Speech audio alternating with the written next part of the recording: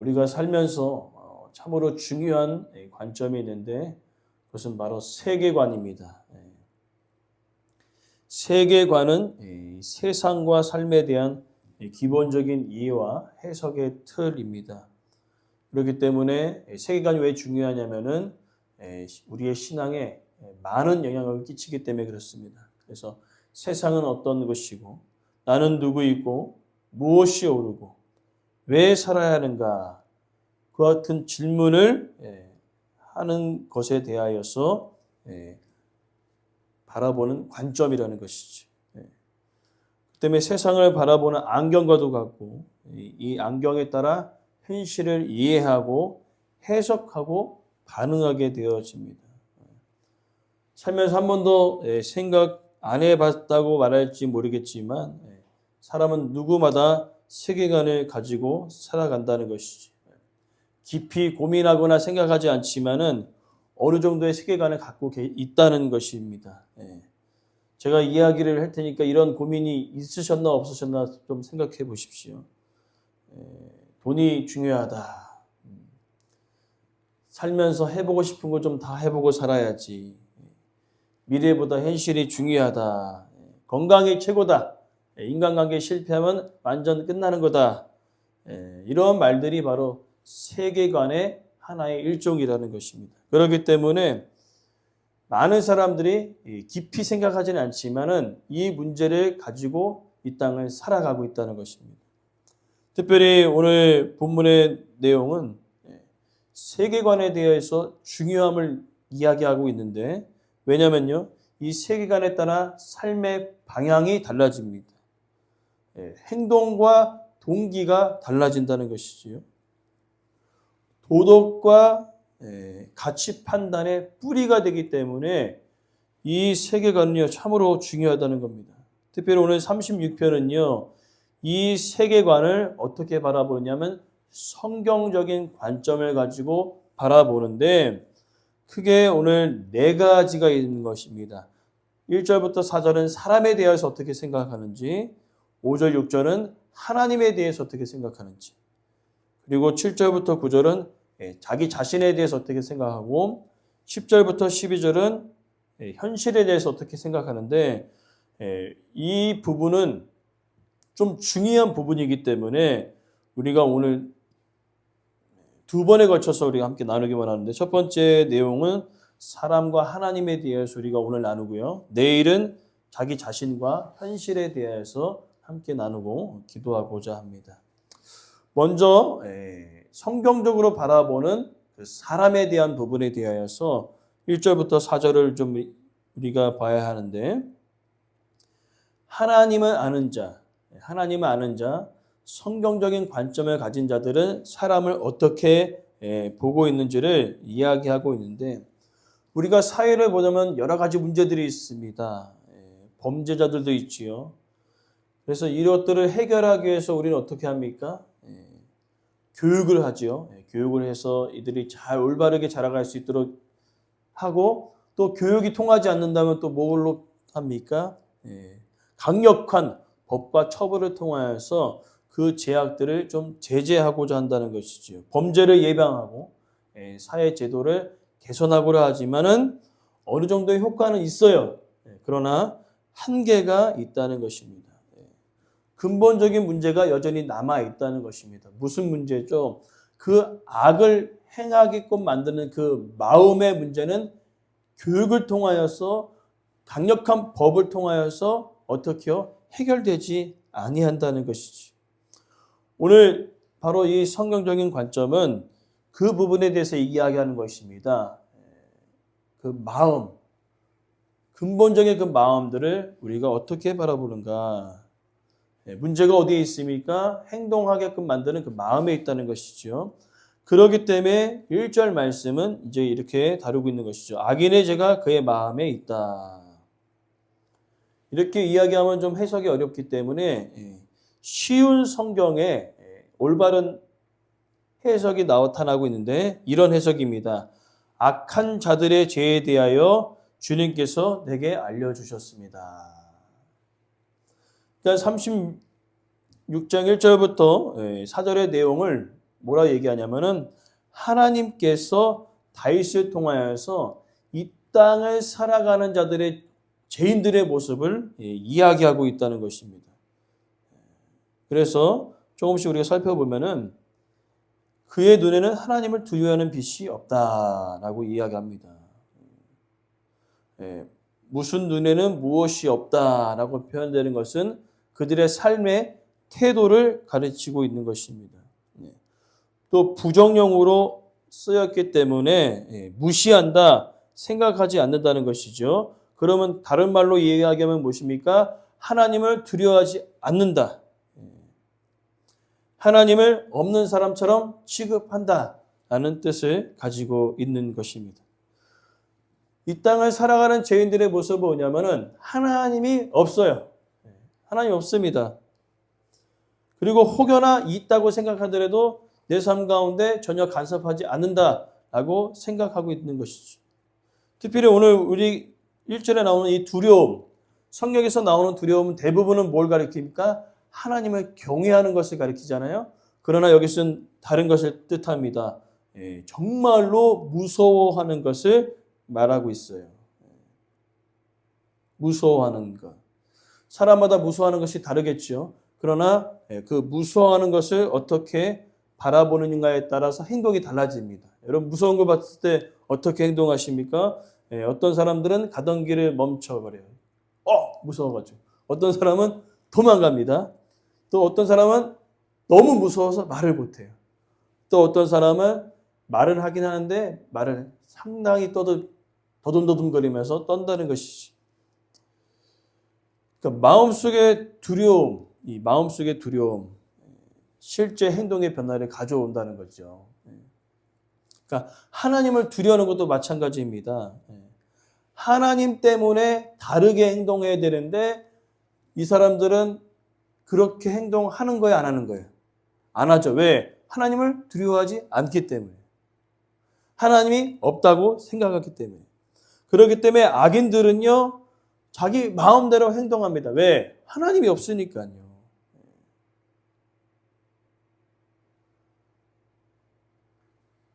근데 때로는 그죠? 하나님 없다고 얘기하면서 사람들에게 피해를 주는 사람도 있겠으나 사람들에게 피해 주지 않는 사람도 있어요. 그죠? 하나님이 없다고 얘기하는 사람들 중에는 우리보다 정말 더 착한 사람들이 많이 있어요.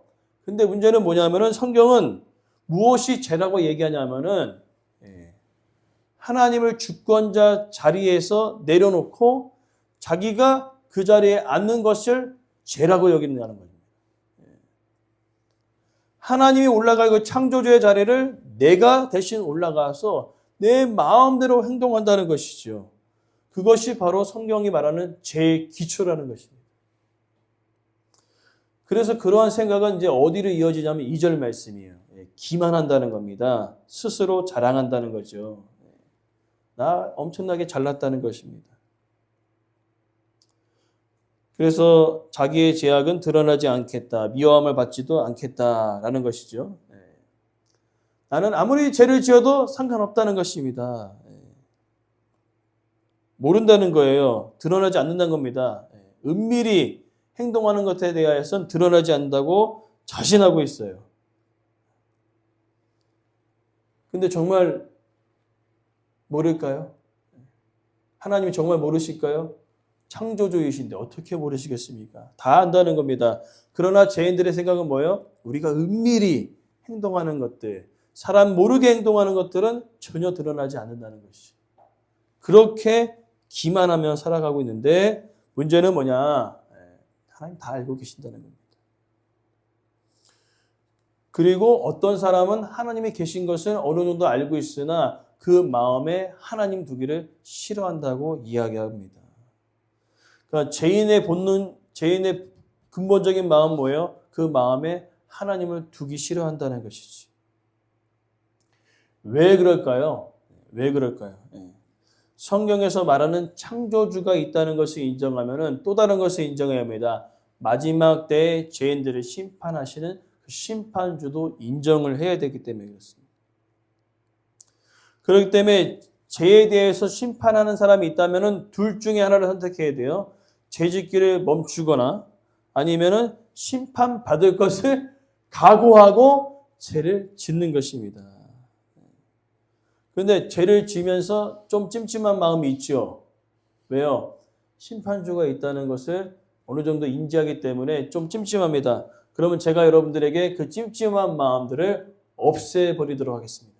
마음껏 죄를 지을 수 있는 방법들을 제가 말씀을 드릴게요. 이것은 한번 듣고 기억하지 마시기 바랍니다. 조나단 에드워즈라는 아주 유명한 사람이 있습니다. 그 사람이 크게 4가지를 여러분들이 확신한다면은 마음껏 죄를 지을 수 있다고 얘기합니다. 첫 번째는요, 하나님의 존재를 부인하는 것이죠. 하나님 없다는 겁니다. 하나님은 없으니까 뭐도 없을까요? 천국과 지옥도 없는 것이죠. 성경에서 말하는 하나님은 다 사람들이 만들어낸 것이다.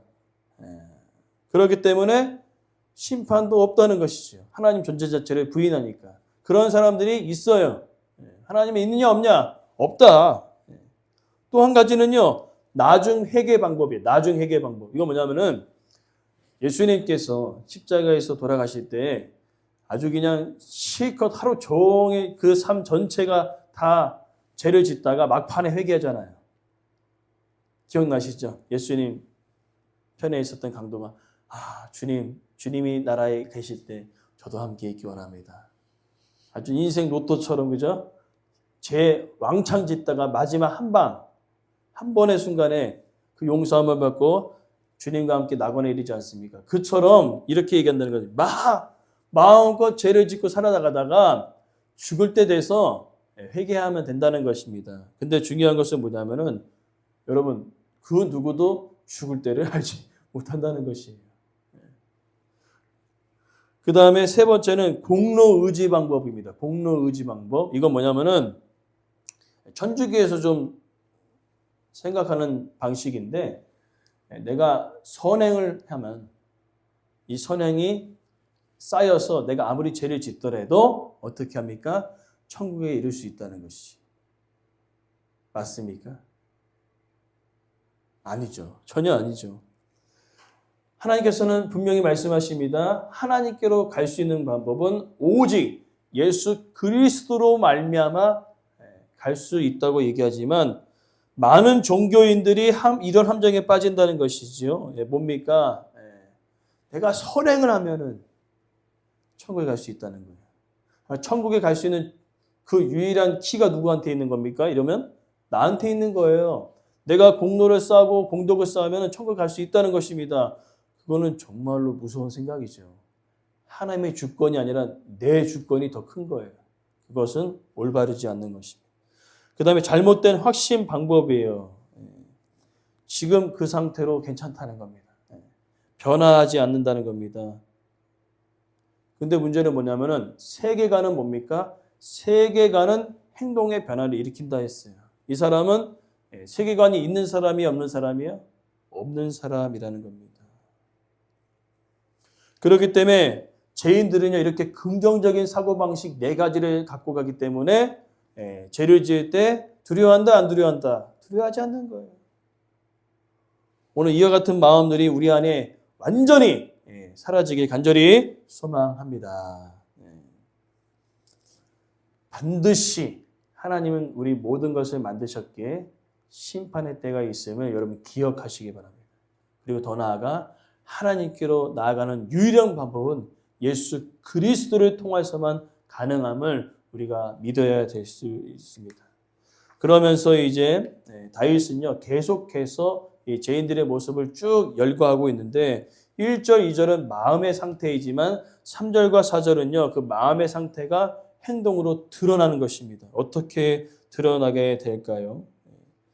3절 말씀, 그 입에서 나오는 말은 죄악과 속임이라. 그는 지혜와 선행을 그쳤도다. 입에서 나오는 게 뭐예요? 모든 것들이 죄악이라는 것입니다. 지난번에 설교할 때 얘기했던 것처럼 남들에게 가장 쉽게 죄 지을 수 있는 방법은 뭡니까? 그 사람을 열받아서 때리는 것은 어렵지만 그 사람을 비하하고 욕하는 것은 쉽죠. 그렇게 말로 쉽게 죄를 짓는 것이죠. 그러나 더 나은 것은 뭡니까? 그들의 마음속에 선행과 지혜가 그쳐버렸습니다. 그러니까 그들 안에 있는 것이 뭐예요? 항상 악한 것이죠. 이것을 생각하는 본문이 무엇입니까? 바로 노아의 때죠. 노아의 때 어떻습니까? 항상 그들의 생각이 악한 것이 어떻게 하면 더 잘 벌을까? 어떻게 하면 이 사람을 누르고 짓밟아서 올라갈까? 그런 마음들이 그들 안에 있었다는 것이죠. 그리고 4절 말씀은 한 단계 더 어둠 속으로 더 들어갑니다. 자, 보니까 그는 침상에서 죄악을 깨하며 스스로 악한 길에서 서고 악을 거절하지 않는도다. 침대에서조차도 어떻게 해요? 자면서조차도 악한 계획을 세우는 것입니다. 그리고 그 악한 계획을 어떻게 해요? 그대로 행동으로 옮기는 것이지요. 근데 더 무서운 말씀은 뭐예요? 악인 줄 아는데 뭐예요? 멈추지 않는 거예요. 얼마나 무섭습니까? 연쇄 살인마들 보세요. 멈추지 않잖아요. 그렇게 악하다는 것이지. 근데 사람마다 정도의 차이는 있겠죠. 악을 멈추는 사람도 있고 또 때로는 계속 범죄하는 사람도 있는데 다윗이 강조하는 것은 뭐냐면 그들의 마음 가운데 하나님 두려워하는 마음이 없다는 것이죠. 그러니까 죄악의 정도의 차이는 있어요. 그죠? 정도의 차이는 있습니다. 그러나 중요한 것은 뭐예요? 정도의 차이는 있으나 그들 안에는 어떻게 해요? 하나님을 두려워하는 마음이 전혀 없다고 이야기하고 있는 것입니다. 그러면 정말 악한 사람, 겉으로 드러내면서 사람들에게 상해를 행하고 도둑질을 하는 사람만 악인인가? 여러분 우리 생각할 수 있겠으나 바울은요. 오늘 시편 36편을 인용하면서 이렇게 이야기합니다. 유대인이나 헬라인이나 모두 다 제 아래에 있도다. 무엇입니까? 하나님을 인정하지 않는 사람 모두 다 악인이라는 것이. 오늘 우리도 마찬가지입니다. 우리도 악인들 중에 한 사람이었던 것을 여러분 반드시 기억해야 된다는 것입니다. 아무도 죄가 없다고 주장할 수 없어요. 왜? 우린 근본적으로 원죄가 있지 않습니까? 그렇기 때문에 오늘 우리는요, 성경적인 관점에서 사람을 바라볼 때 원래 우리 모두 다 악인이었으나 하나님의 사랑을 통하여서 그 예수 그리스도의 보혈의 공로를 힘입어 우리는 의인이 되었다는 그 놀라운 은혜를 받은 자가 우리라는 것을 반드시 우리가 기억해야 될 줄 믿습니다. 자, 그렇다면 이제 눈을 돌려서 하나님을 바라보고 말씀을 마무리하기 원하는데요. 이제 시선을 돌려서 하나님을 바라봅니다. 다윗은요. 5절과 6절에 보니까요. 총 5가지로 하나님을 이야기합니다. 인자하시고 진실하시고 의로우시고 심판하시며 구원하시는 하나님. 5절 6절에 5가지가 등장하고 있습니다. 천천히 우리가 짧게 살펴보자면 인자하심 뭡니까? 우리가 늘 구약의 시편에서 다윗이 얘기하는 헤세드, 언약의 신실하신 하나님. 또 다른 말은 뭐냐면은 따라합시다. 상대에 따라 절대 변하지 않는 사랑. 상대에 따라 변하지 않는 사랑. 사람은 뭐예요? 상대에 따라 사랑이 변하거든요. 내가 좋아하는 사람은 되게 사랑하는데 나한테 좀 안 좋은 감정이 있는 사람은 어떻게 해요? 사랑하지 않는 것이 우리의 연약함인데 하나님은 무엇입니까? 그 사랑이 상대에 따라 변하지 않는 것이. 그것이 하나님의 사랑과 우리의 사랑의 차이라는 것이지. 언제나 동일하시다는 거예요. 이스라엘 백성들을 보십시오. 얼마나 불평하고 불만하고 원망합니까? 그러나 하나님께서 광야 가운데 그들을 떠나셨나요? 떠나지 아니하셨습니다. 그게 하나님의 사랑이에요. 또 진실하신 하나님이십니다. 믿을 수 있고 신실하시다는 것이에요. 하나님께는 거짓이 없습니다. 우리는 어때요? 때로는 거짓말할 때도 있지만 하나님은 거짓이 아예 없으신 분입니다. 그렇기 때문에 오늘 그것에 대하여서 5절에 하늘에 있고 공중에 사무쳤다는 것이죠. 이것은 뭐냐면 하나님의 인자하심이 진실하심이 하늘에만 있다는 뜻이 아니라 하늘을 뒤덮을 만한 풍성하신 하나님의 사랑이 있다는 것이 오늘 그 사랑이 저 여러분들 가운데 있습니다. 하늘과 공중에서 사무칠 정도로 풍성하신 하나님의 사랑이 우리 가운데 있다는 것이지. 그리고 그것이 전부가 아니죠. 이것만 있으면 얼마나 좋겠어요. 하나님의 사랑과 인자하심이, 은혜가 풍성하다는 것이죠. 이것만 있으면 많은 사람들이 교회 안에 몰려들 것입니다. 근데 중요한 것은 하나님은 의로우세요. 분명한 기준이 있습니다. 하나님이 선악간의 기준이 되어주지 않습니까? 하나님의 사랑은 변하지 않는 것처럼 하나님의 기준도 절대 변하지 않는 것이. 상대에 따라 기준을 맞춰주는 것이 아니라 상대에 따라 모든 것이 그 기준이 동일하다는 것이지. 다 이해할 수 없지만 하나님은 어떻게요? 하나님의 말씀대로 그것을 판단하시는 것입니다. 그렇기 때문에 그 의로우신 그 하나님 되심을 분명히 증거하는 사건이 무엇입니까? 노아의 홍수예요. 노아의 홍수. 6절 말씀에 하나님의 의가 산 같고 심판이 큰 바다와 같다. 이 의미는 뭡니까? 그 모든 것을 뒤덮을 만한 능력을 갖고 계신 거예요. 그렇기 때문에 우리가 기억해야 할 것이 있습니다. 하나님은요, 사랑의 하나님이시고 동시에 공의의 하나님 되심을 우리는 기억해야 될 것입니다. 그리고 더 좋은 소식은 무엇입니까? 마지막 6절 하반절에 사랑과 짐승을 구하여 주시나이다. 여러분 기억하십시오. 사랑과 짐승도 구원하신다? 좀 뭔가 안 맞죠? 사람과 짐승은 동의어입니다. 동의어. 같은 단어예요. 우리를 구원하시는 하나님이 계시기에 얼마나 감사합니까? 그것이 바로 오늘 말씀의 내용이라는 것이죠. 그러니까 오늘 성경적으로 사람을 바라보고 하나님을 바라봤을 때 완전한 차이가 있습니다. 하나님은 뭐예요? 하나님이 없다고 얘기하지만 하나님이 계십니다. 하나님을 두려워하지 않지만 하나님 반드시 존재하고 계세요. 그것을 여러분들 기억하시고요. 또 하나님의 사랑은 사람에 따라 다르지 않습니다. 언제나 동일하십니다. 그 하나님의 사랑이 오늘 저 여러분 가운데 있다는 것이죠. 그래서 성경적인 관점은 무엇입니까? 이렇게 사람이 죄인 되었고 또 하나님의 사랑은 무한하신다는 것을 우리를 기억하는 자라면 다른 사람을 보면서 안타까운 마음이 들어야 된다는 것입니다. 아, 이 사람 하나님을 두려워하지 않는데 하나님이 없다고 얘기하는데 정말로 불쌍한 인생이구나. 이 사람들이 모두 다 하나님의 사랑을 알고 하나님을 만났으면 좋겠다. 정말로 우리가 성경적으로 사람이 어떠한 사람인 걸 알고 하나님의 어떠한 분이심을 우리가 바로 아는 자들은요. 하나님을 모르고 하나님이 없다고 얘기하는 자들, 하나님을 두려워하지 않는 그 대상에 대하여서 긍휼의 마음을 품고 그들을 위해 기도할 수 있는 저의 삶이 되게 간절히 소망합니다.